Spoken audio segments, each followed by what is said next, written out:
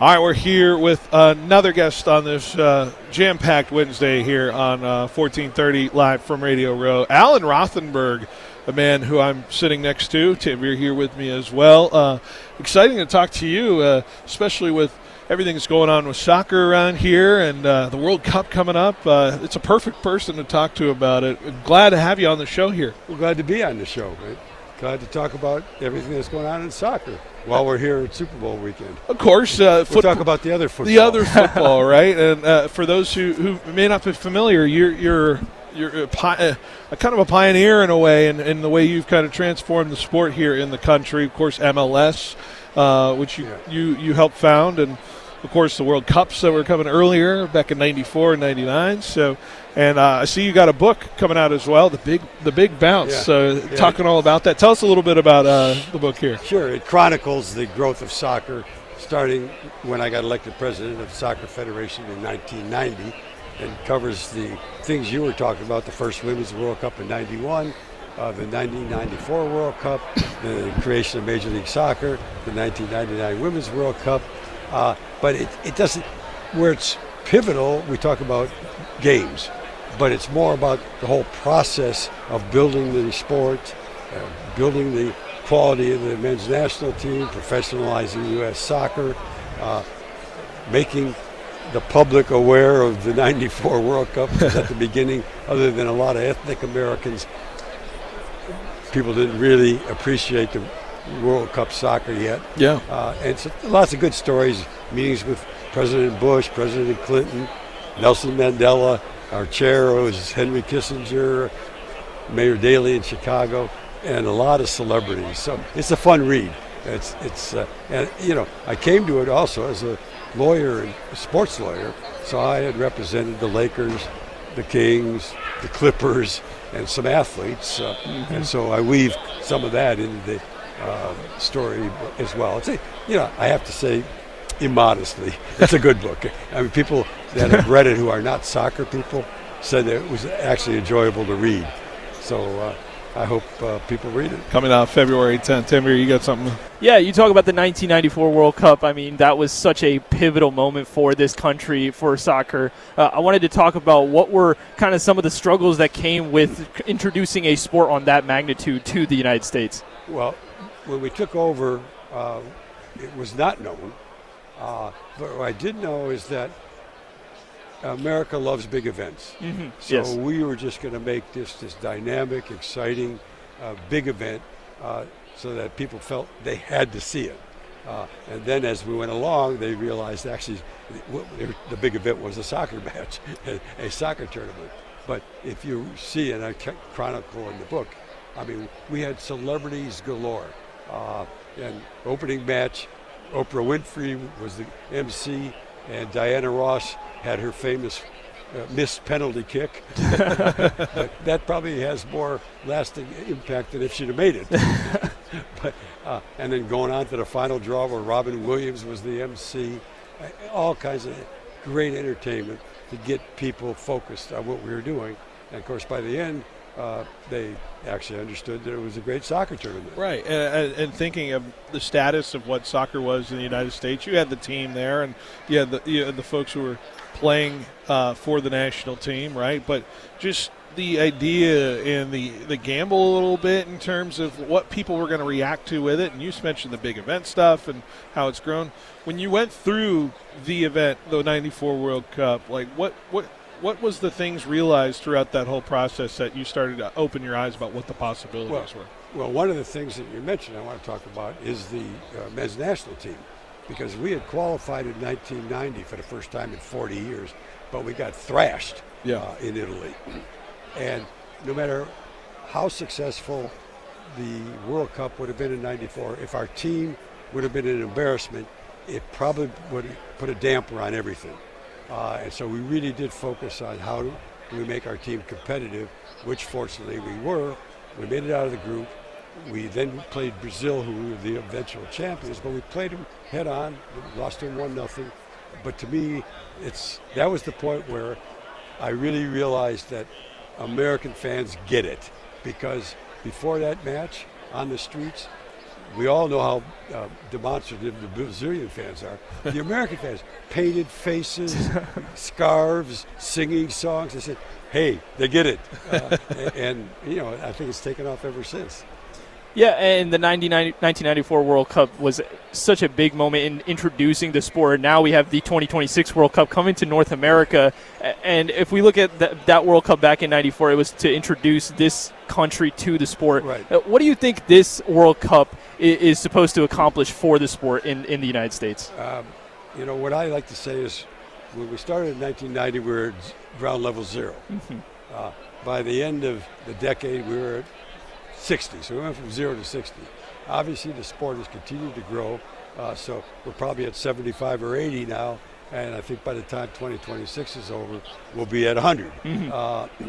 And so I think it's going to be a big boost in audiences, a big boost in TV ratings, which in turn means more money for our professional leagues, which means probably their ability to keep some of the top players from running off to Europe, and also bring some of the European players in their prime rather than at toward the ends of their careers. So I just see nothing but more upside continuing on. I want to ask about the MLS too, right? In that whole process of starting a league, right? Because you mentioned 1990, you're at the ground zero. 1994, you have the event here. And by 96, you're trying to start a league for a sport that is pretty infant in where its popularity was. So how were you building off of the wave of that into building what the MLS eventually, your vision of what it was going to look like? We took advantage of the growing interest of 94. And so I mentioned the final draw. We had a big exhibition the day before. And we had the skeleton of the business plan for Major League Soccer. We brought in prospective investors, media, sponsors, anybody that might have some interest. And in the same way, at the World Cup itself, we did everything we could to cater to would-be investors. In fact, sit here, a great story. Phil Anschutz, who really saved the league when it got into trouble, went to the final because we, through my law firm, gave him free tickets to the Italy-Brazil final. Yeah. Go forward 4 years later, and he's building his new soccer stadium, and he had a big party there. He says to me, Alan, you remember those free tickets you gave me to the 94 final? I said, yeah. He says, so far they've cost me $300 million. So we have people like Lamar Hunt, Bob Kraft, Phil Anschutz, who bought into it, and then they in turn gave the credibility to bring in other investors, and then the growth of the sport under the leadership of still those gentlemen and Don Garber as commissioner, who's done a spectacular job. So it's quite a success story, really. So, yeah, you brought up an interesting point earlier about bringing our best players to the MLS because that's how you grow the sport here to make the league a little bit better. And I just wanted to talk about how do you think MLS currently can begin to start creating competition that is similar to that is in Europe, because I feel like a lot of our players currently, like a Christian Pulisic or a Weston McKennie, are currently going overseas to get the best football. And so how do we bring that to the USA? Yeah, and my hope and expectation is with the boost from 2026 and more interest, and look, the media, particularly television, in all platforms, I'm using it generically, is the key financially to every sports league everywhere. And that's where MLS needs a boost. And I think 2026 will add eyeballs, which means dollars, which means that from a financial standpoint, we can start to be more competitive. I mean, the players have two things to think about. First and foremost, obviously, money. Yeah. So we got to get there. And the other is, they're true competitors. They want to compete at the top level. And so as we grow the sport here, we're going to be able to do both of those things more and more, so that the Pulisics, so the next generation of McKinneys and Pulisics and Tyler Adams and the like, hopefully will stay here, and we can bring in future Messis when they're 28 years old, not when they're 35 years old. Yeah. So, The office of the president of the U.S. Soccer Federation. Just what do people like? What do people not know about how difficult that job is? And being in that position, especially in this day and age, like all of the weight around that position. What are the difficulties of that job? Well, I would say that under the current leadership of Cindy Cohn, who was a former star player for the women's national team, and J.T. Batson, who was the general manager, they've made leaps and bounds in progress. They're building this new training center, courtesy of the great generosity of Arthur Blank down in Atlanta, and a new headquarters for the Federation in Atlanta, which I think is going to be very instrumental in getting our players together. One of the problems we have competitively now is our best players are scattered all over the world. And so they come in shortly before a tournament, but you can't that quickly make a team out of that. Yeah. But if you can do what basically the French did, is you have a national training center where starting at youth, everybody goes through it, and even the pros come back, and that's where they work out. And so the players know each other. They develop a style, if you will, and I think that's where we're going. That's going to be great. You ask about the challenge of the Federation. It's a totally different world now. I mean, we were in a Federation when we took over. It was literally officed in a trailer on the U.S. Olympic Committee campus. Wow. I think we had 6 or 8 employees. Now, as I say, they're going to be going into this $50 million complex in Atlanta. I don't know how many hundred employees they have. If a bankruptcy lawyer would have walked in, he would have said we're insolvent. And now they're flush with money. And so it's just night and day of what's happened because of the growth of the sport and the current leadership of Cindy Cohn and J.T. Batson. It's terrific. And you have now gone through so many World Cups, so many different places. What is your proudest moment, you would say, talking about United States soccer and how it's grown from the 90s to now? I guess it's just looking back and seeing everything that went on. That all makes me proud. I can't single out any one thing. Right. I think it just makes me proud.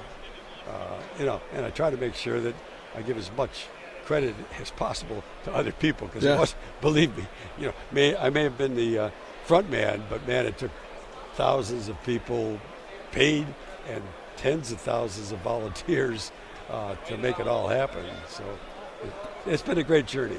Well, you got your book, The Big Bounce, coming February 10th. Where people can buy them everywhere, right? Online and bookstores. Yes. They can pre-order it right now on Amazon. Absolutely. A lot of great stories in there. It's a lot of fun. As I said, the non-soccer people still read it and enjoy it, because it's not just about the nuts and bolts of soccer. It's about how you build an event, how you create a league, and all those little funny side stories that haven't made it to the press before. Before I let you go, I do have to ask, because we always are asking every guest that's on our show, do you have a pick for Sunday's game? I want to tell you what a predictor I am. Before 1994, we were playing Switzerland, Romania, and Colombia. Colombia at that time was one of the favorites to win it all. So we said, okay, we'll lose to Colombia. We could tie Romania and we'll beat Switzerland. Yeah. Well, guess what happened? We tied Switzerland, we lost to Romania, and we beat Colombia. so don't ask me to predict. For my 2 cents worth, I think it's Seattle. Yeah. But anything can happen. Certainly. The Patriots obviously have been an amazing story, and it would be an incredible story if they pull it off. Yeah. But I got to go with Seattle. Then one big to another in the summer at Levi Stadium. Yep. Some World Cup games arriving there. Yep. Should be a lot of fun. Alan, I appreciate it as always. Thanks for swinging on by here. A lot of fun. Absolutely. We'll take a break. We'll be right back on 1430.